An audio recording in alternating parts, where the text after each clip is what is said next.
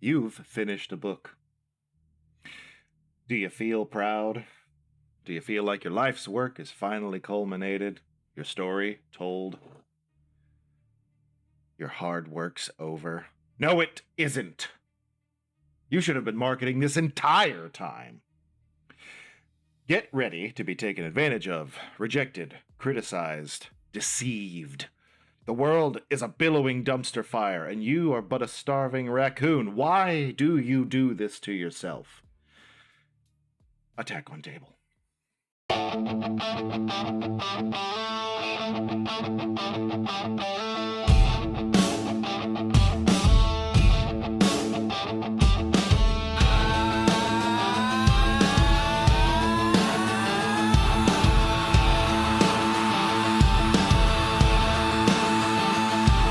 Attack on table!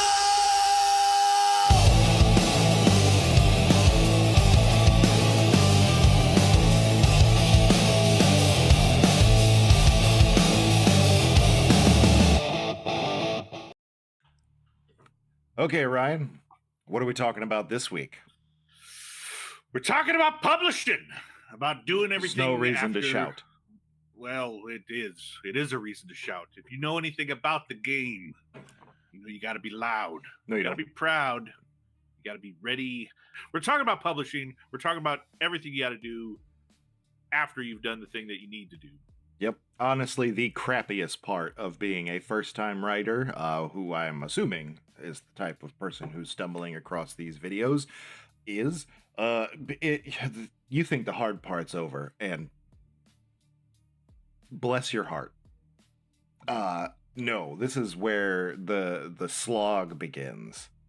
The rubber meets the road, as they say. Yeah. And it screeches and whines and stinks. Pretty bad. If you've ever been to the racetrack. It's rough. It is a pain. Honestly, especially for folks who are super duper proud of their story that they've told. You send it in for your edits, you've got it polished, you can see your own reflection in it. And then you send it off to an agent or a publisher and everything like that. And then the rejection process begins. And I, just from perusing online over the last several years in author forums and everything, it definitely seems like there was a few people, or quite a few people, that did not prepare themselves for how many times they were going to hear the word no. And I get it; it sucks, but it is a part of the gig. Ryan, you really wanted to start off being traditionally published at first, and how'd that go? Well, as you described, the world is a billowing trash fire, and I was but a starving raccoon. Yeah, it is. It's tough. They make it so much harder than what you think. Like if you break it down statistically, you're fighting an impossible odd. If you're going to go traditional, so let's just break it down real quick. There's three main ways as of today that you can really get published. It's traditional, self-published, or a mixture of the two, a little hybrid action. So if you're going traditional, once you finish it and you need to learn a new skill set, which is called query writing. So you're writing a query letter. In that, you need to be a grade A salesman and figure out how to sell a product that you yourself wrote and not feel disgusting talking yourself up, because that's like a knee-jerk reaction from any human being with a sense of moral dignity, I guess. But you have to submit this thing. You have to be lucky enough to use key phrases that the person you're sending it to is going to perk up their ears, and they're going to, oh, okay, well, let's look into this a little bit more. And then you have to follow exactly what they've requested in your submission. And if you mess that up, trash. There's a good likelihood that you've sent it to the wrong person, trash. It's a good likelihood that you've sent it to them at the wrong time, trash. It's a good point that you could be sending it to them, but they've already filled up their roster of people, trash. You could then you avoid all those hurdles. and what you have sent is not getting their attention, trash, or they have had too many submissions, and so they simply just take a stack of off of their stack of people to take a portion of it and just trash it just for their own sanity. That sucks. And then once you get past all that, then you're likely to get a response. Not all the time, so you don't even know if your email went through. There are avenues. There are like submission trackers and stuff like that. Some agents are using those. That's helpful, and that's just to get a literary agent.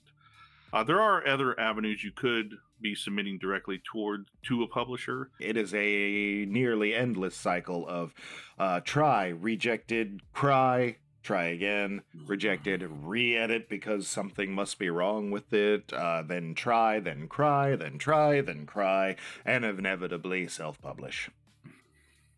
Yes.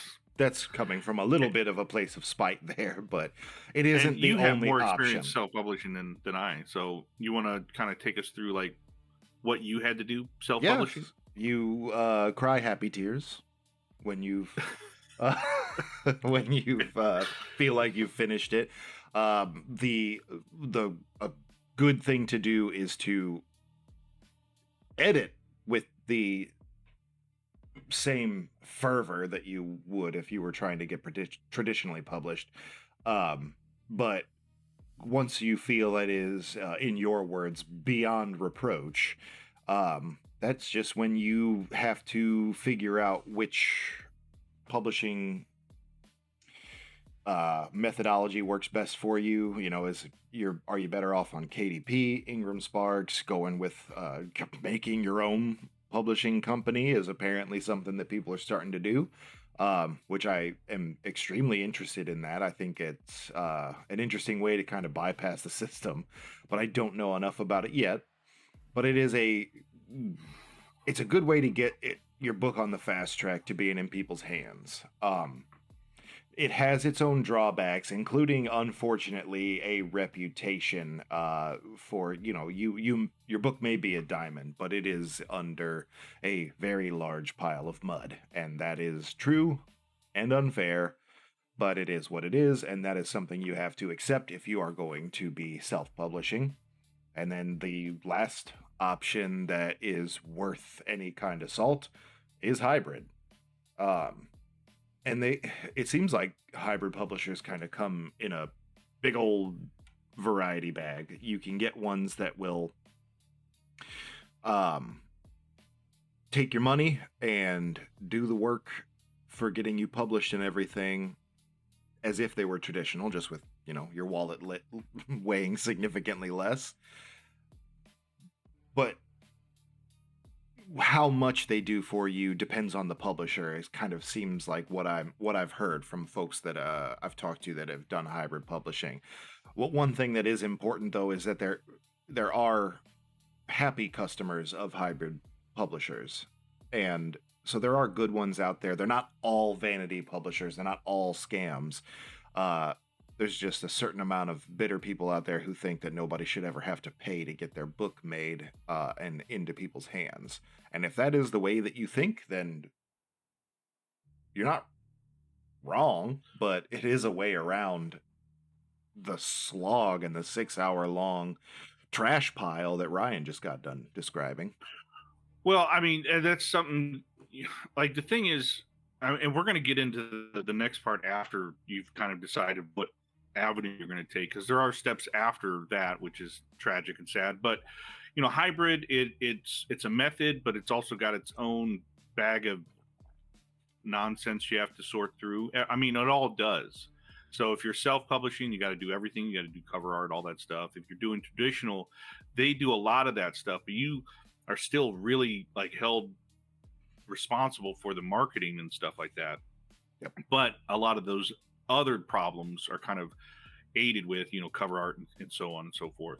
Hybrids, they offer those services at a premium, but at least they're services, and some people don't have the skill set for designing a good cover or anything like that, and paying for that might be an avenue. You just really got to do your homework. You got to be vigilant. Don't just start getting excited anytime you get a little bit of interest, especially from someone that you didn't submit something to. If they start reaching out to you, be careful of that stuff. Yeah. But I think the next step, that's the biggest problem, is marketing. Getting into it. How do you have to do it? Regardless of what path you choose, you're going to have to market. Yeah, and I don't know about you, but I fell for the trap of not even bothering to market until I had self-published, and I had no idea what I was doing, and I had a following of exactly my number of friends and family.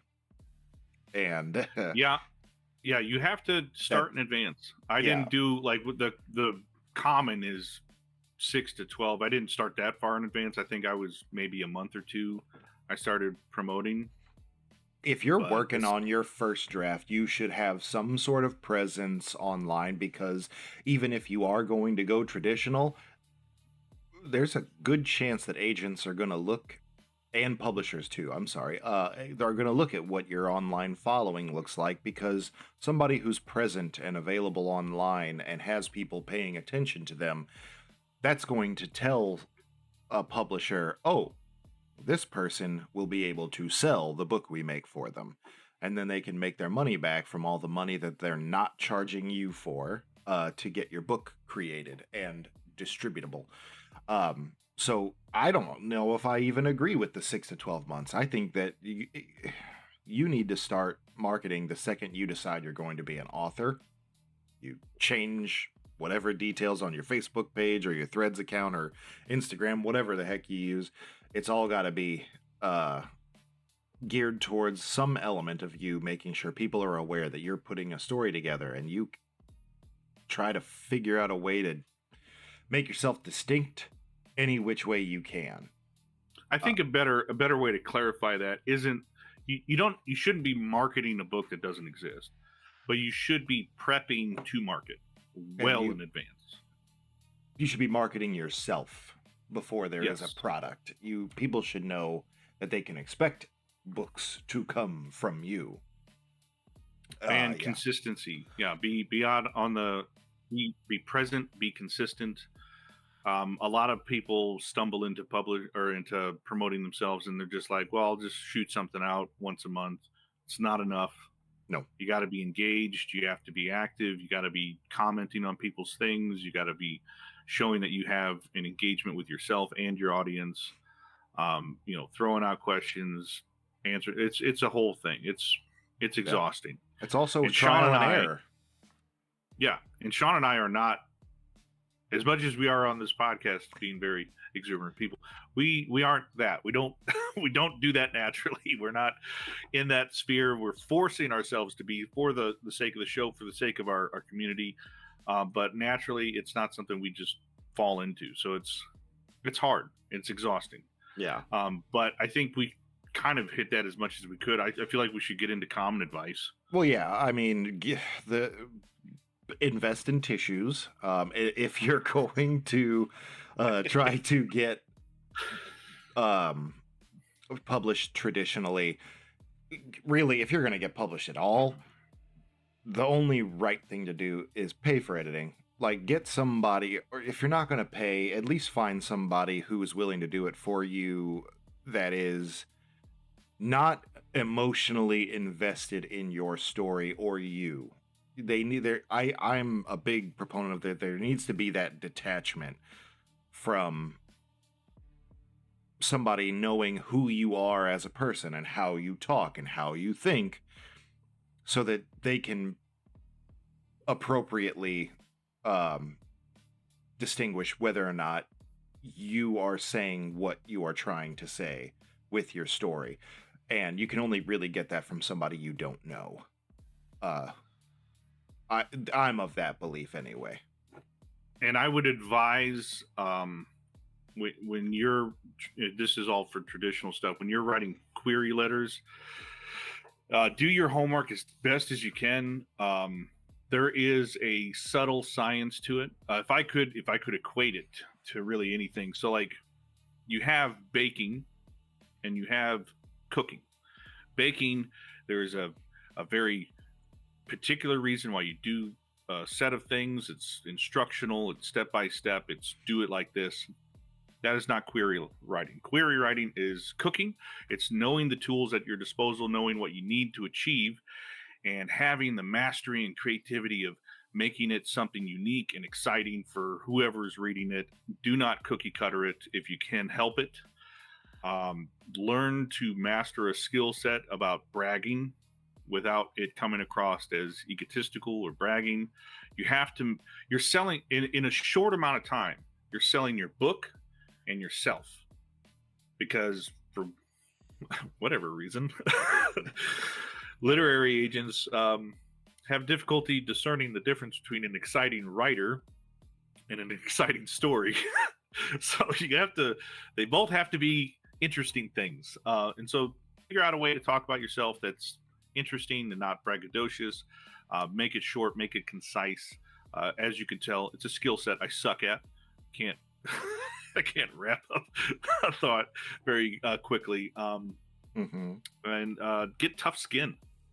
No thin skins allowed. You're gonna get told no a lot.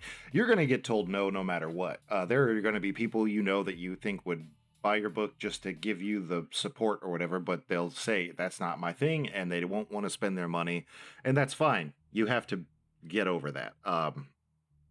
They're not a bad friend, and getting hurt by every bit of rejection is not going to serve you in any way, shape, or form. It's all really more of a lesson to be learned. Go ahead and just take those no's and tweak how you are approaching things. I'm feeling like I really need to re-mention Aaron Ryan's advice about just be an enthusiast about your book. Or whatever story it is that you're telling, whatever your medium is, be excited about it genuinely, and people will gravitate to that excitement, and that is what you need. Whether you are hybrid publishing, self-publishing, or traditionally publishing, you need a following. Without being present online and available to people, that's your biggest asset for moving units. And I mean, if we're going back to advice on self-editing or self-publishing, you got to edit the hell out of the thing. I mean, there cannot be mistakes in there if you're wanting to gain any real traction. You spend money if you got it. If you have it, if you generally have it, it's the best investment you can put into that and cover art. Because a lot of books get sold based on covers. Yeah, it's a sad reality, but it is. Oh no, books are judged by their covers, absolutely. But interesting thing about what you were saying about editing and how it should be paid for. We do have a contest going on right now. Why don't we let the boss man tell everybody about it?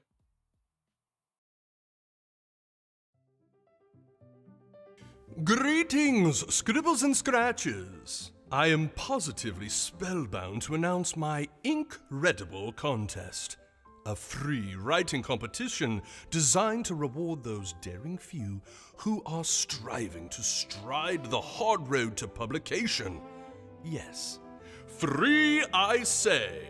No entry fees, no hidden curses, no genre restrictions. To enter, simply request a submission form and submit. And the winner, the glorious winner, shall receive top-tier professional grade line, proof, and copy editing from a best-selling editor, completely free. Up to 30,000 words or half the book, whichever comes first. A guaranteed interview and additional promotion from the Fitz of Writing upon publication. So, scribbles and scratches, request the form. Submit with confidence. This has been Sir Dr. Duncan Cackleworth, Esquire, reminding you that ink, when properly wielded, can create the most incredible of things. Strike the like, and semper scribe.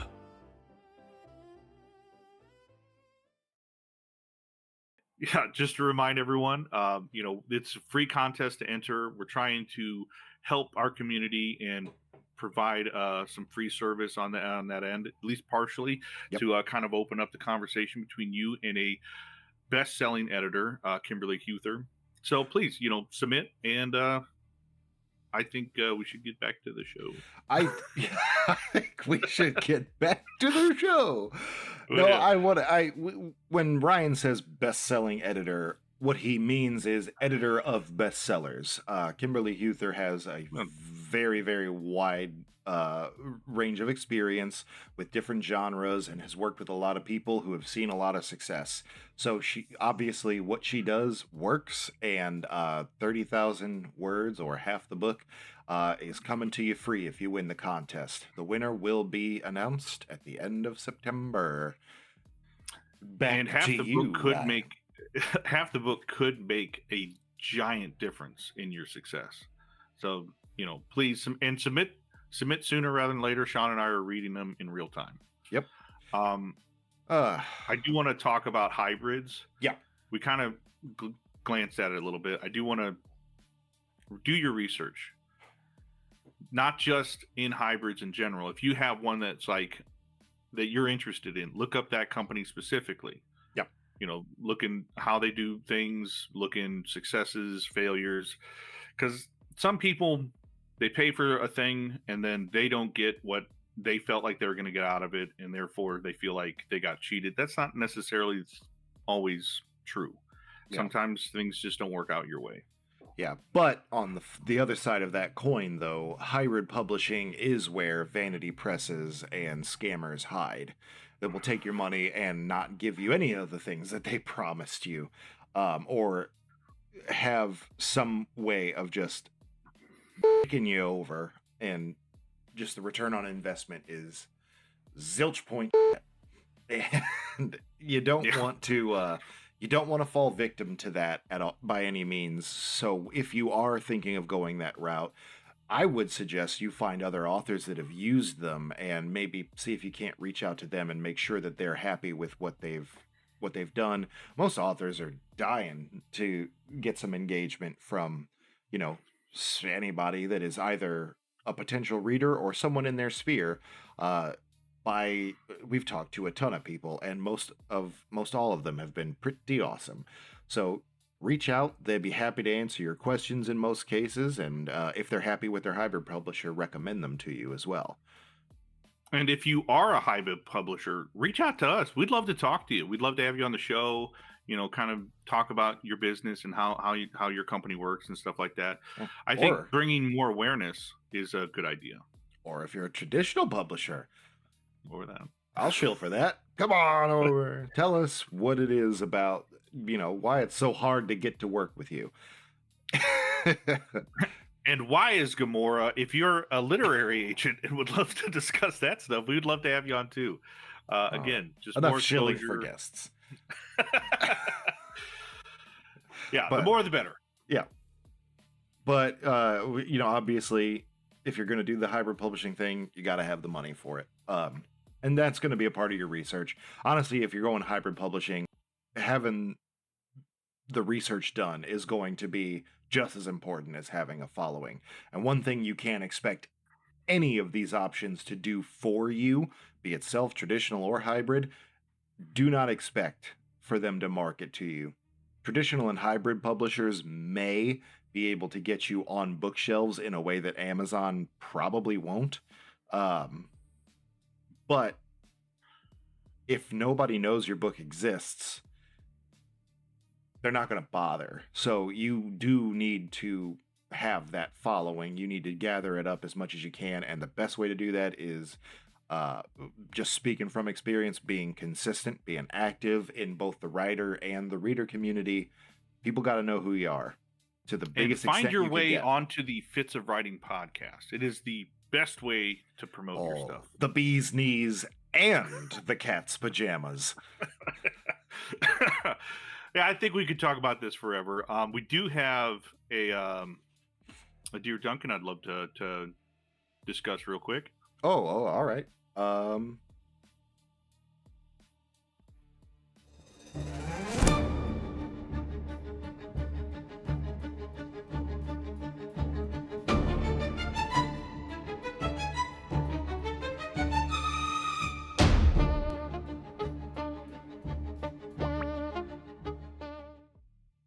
I'll edit it out. Oh, through the power of the internet and our friends at NJC Printing, we have this wonderful new studio for our Dear Duncan segment. I do want to bring so we have this is brought to us by yet another person who's getting the gimmick of these Dear Abby style questions for us to kind of help offer some advice.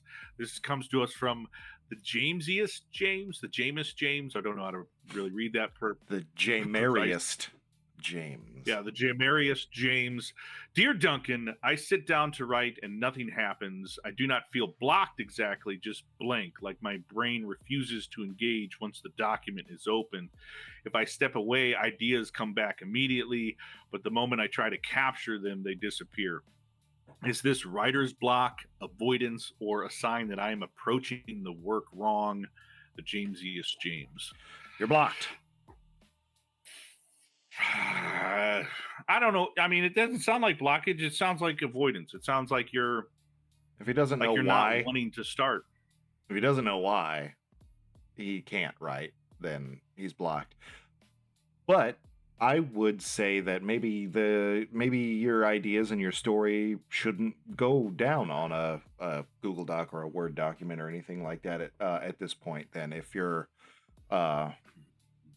struggling to put it together, in a linear story, why not? I would think most cell phones nowadays have the ability to record audio, so talk it out. Yeah, just talk it out. Walk around your house with a microphone and just record yourself talking. Yeah, and then that way it's kept. And if you come up with something you like, bam, you have, a recording that all you have to do at that point is transcribe. And then at that point, I would think that, your fingers will get into the flow, your brain will sort of engage with, okay, this is how I am putting my story down and getting it out of my head, which is frankly the reason we do this, is to get it out so it stops yelling at us. The story, that is. So that would be my advice. So what do you got, Ryan? I mean, honestly, it just sounds like we just agreed on that. It's a sign that he's approaching the work wrong, which just it sounds like you have a problem of just sitting down and writing off the top of your head. So record yourself and your thoughts, and then try to transcribe them. I guess that sounds like what might work for you. Well, first time for everything. Yeah, that was fast. Done. Yeah. Next. If the problem's more complicated than that for any reason at all, again, come on the show. We would be more than happy to put a pause on an AOT and do an actual episode that's just Dear Duncan with you. And, really hear about the issue is and try to figure out a couple of ways we can get around it with you. And if you out there, dear Scribbles and Scratchers, viewing this episode, you have your own Dear Duncan, or you want to join into the incredible contest, links in the description for either one. Yep. If you've got would love to have you on. If you've got a trick of your own to get around writer's block or avoidance or anything, or if you have any other tips and tricks for getting published, put it all down in the comments. Share the video with your friends so that they can see your comments, or listen to ours if we've said anything that you find particularly profound. Help us. And so if you guys like what we're doing on these episodes, you like what we're doing on the channel, you want to see more guests, just like, comment. Oh, and subscribe. Or subscribe. Or subscribe. How do we end these, Sean? Toot sweet.